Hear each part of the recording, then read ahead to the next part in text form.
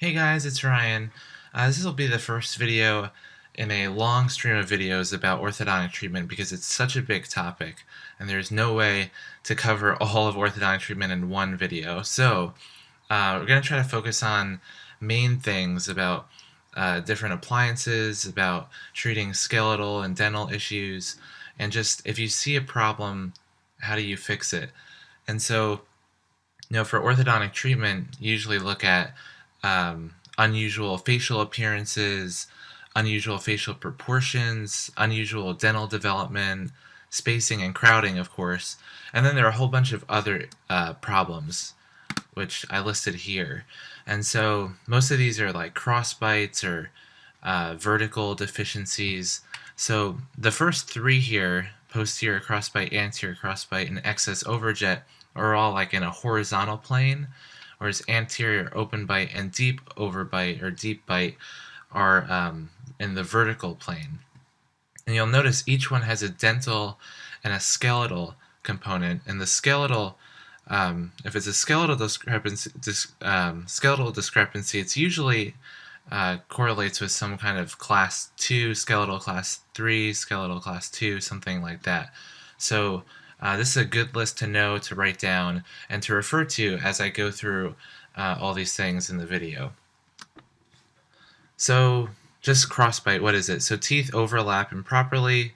If it's an anterior crossbite, it's in the anterior-posterior direction. If it's a posterior crossbite and the posterior teeth are overlapping improperly, it's in the transverse direction.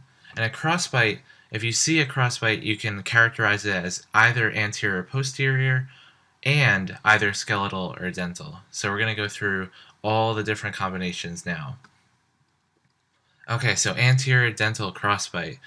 So that's where usually it's caused by incisor crowding, and it causes the maxillary incisors to erupt palatally or lingually. So it might be just a few incisors. Here it seems pretty severe. It's a whole bunch of incisors are infected.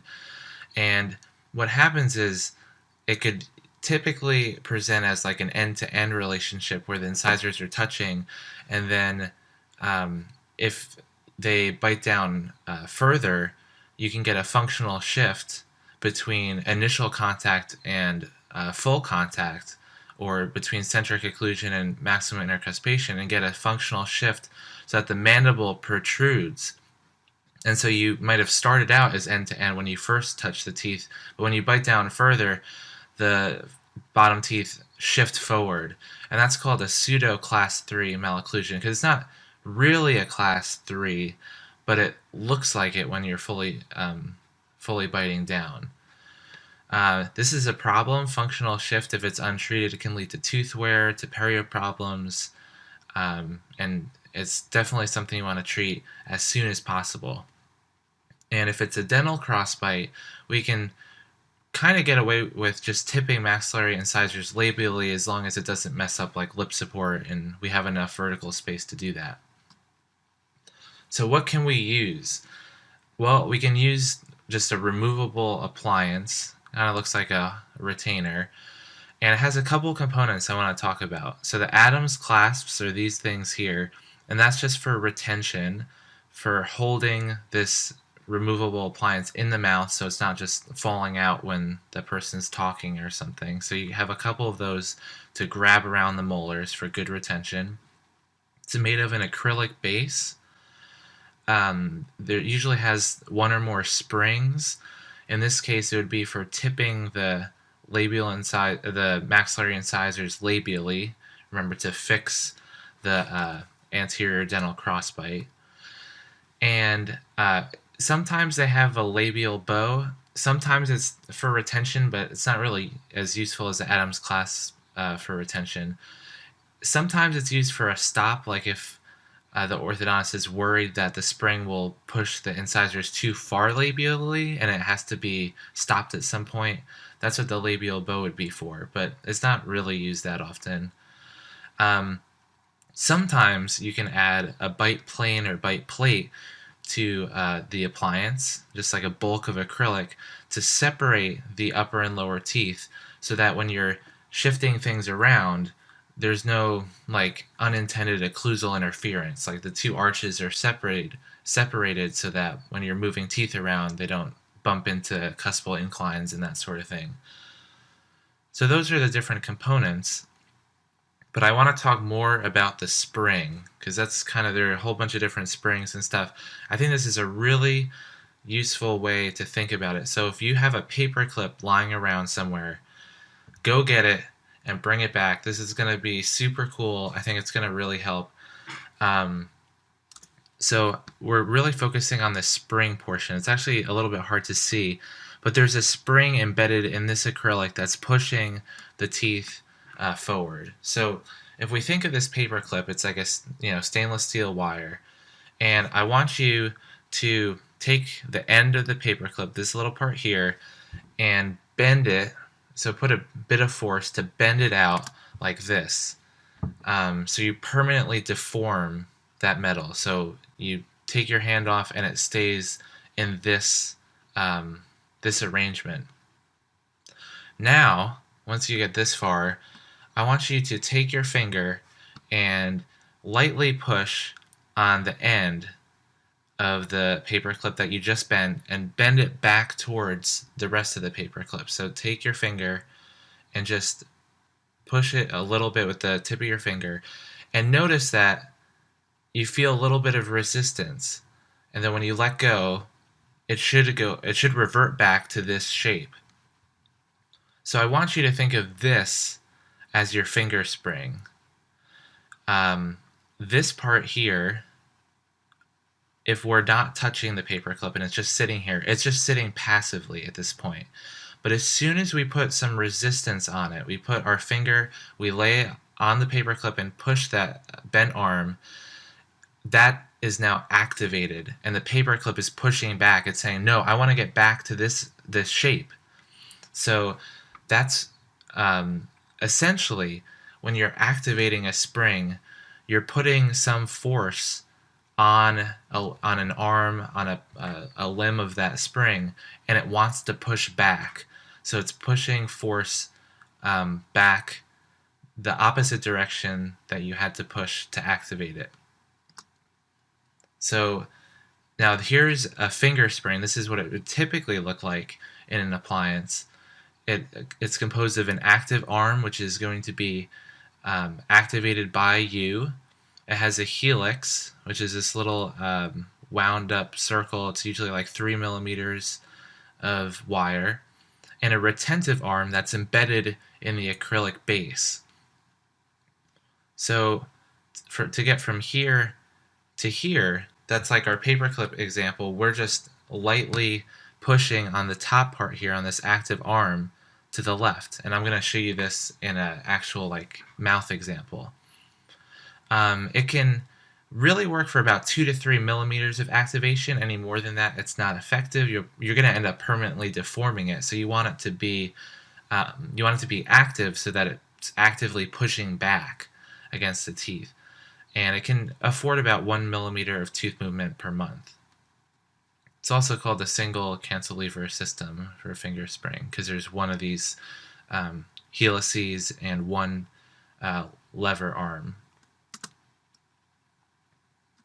So this is just saying if we push left on this active arm, we're in a sense activating it, and so it wants to spring back to the right. So let's put it in this dental arch here. So the helix should be opposite to the direction of intended tooth movement. What does that mean? So here's our finger spring, and we're going to push it to the left. So this is kind of its original formation. This is where it wants to return to, and we have to push the active arm left so that it rests up against the distal surface of this incisor, say. And so when it's there, now it wants to push back to the right because it's now been activated and it wants to return to its original structure. So hopefully that makes sense. If hopefully what I'm saying makes sense, and if you're working with the paperclip example, I think it should kind of play out and you can work through the concept, and hopefully hopefully that makes sense. And usually, well, I should mention the helix should be opposite. So we were saying this finger spring is trying to move this tooth mesially in this example. The helix should be located on the left side. So if it's moving the tooth right, the helix should be moving to the left. And that makes sense because that's how you have to activate it. You have to bend it back. And usually it's mesiodistal movement. Sometimes it's facial-lingual, but usually mesiodistal. Now here's a Z-spring. It gets its name because it looks like a Z. Now we made it a double cantilever because we have a second beam with a second helix. So this is kind of like the finger spring. We added on an extra component. This is kind of nice because it gives us about 3 millimeters more increase in length. And if we remember back to our biomechanics and mechanics lectures or videos, increasing length of a wire is a great way to make it more springy, increase the range of action, and this is done without compromising the strength too much, so it's pretty ideal. You afford about 2 millimeters of activation per helix, and this time it's usually facial lingual tooth movement. So you'll see if we activate, here's our original structure. This is what the wire is going to want to return to. If we activate it by pushing it back, and then it's resting up against the lingual surface of these incisors, it's going to be pushing facially. It wants to return back to its original structure. Now let's talk about a fixed lingual arch. It's banded to the molars, and there's this nice little lingual wire, and there's this whip spring. So this is a little bit different. It's about 15 millimeters long. There are no helices or anything, and it just, you can imagine that this portion, this whip spring, will have to be activated backwards, and then it'll push the whole incisor complex facially. And again, it's about 1 millimeter per month. It's important to note also that with these appliances, they're single point contacts. They're not edgewise, they're not braces where wires are contacting at multiple points.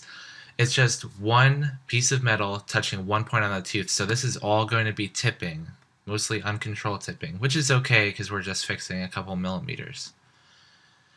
And speaking of braces, another option for treating, remember we're talking about, we'll go all the way back here, we're talking about anterior dental crossbite. So let's go back. So another way to treat anterior dental crossbite, and perhaps one of the best ways to treat, is with a 2x4 appliance, which just means you have 2 molars that are banded, 4 incisors that are bonded, and you can do just a lot with that complex alone. Now, Holy retainer is probably the best choice for retention following the correction of a crossbite, either anterior or posterior. Get this nice piece of acrylic, decent retention. This time you would use the labial bow for retention because you're not trying to actively move teeth. This would just be a passive appliance for retention. Alright guys, I think I'm going to stop the video here, and the next time we'll pick up with anterior skeletal crossbite. Thanks so much for watching, and I'll see you guys next time.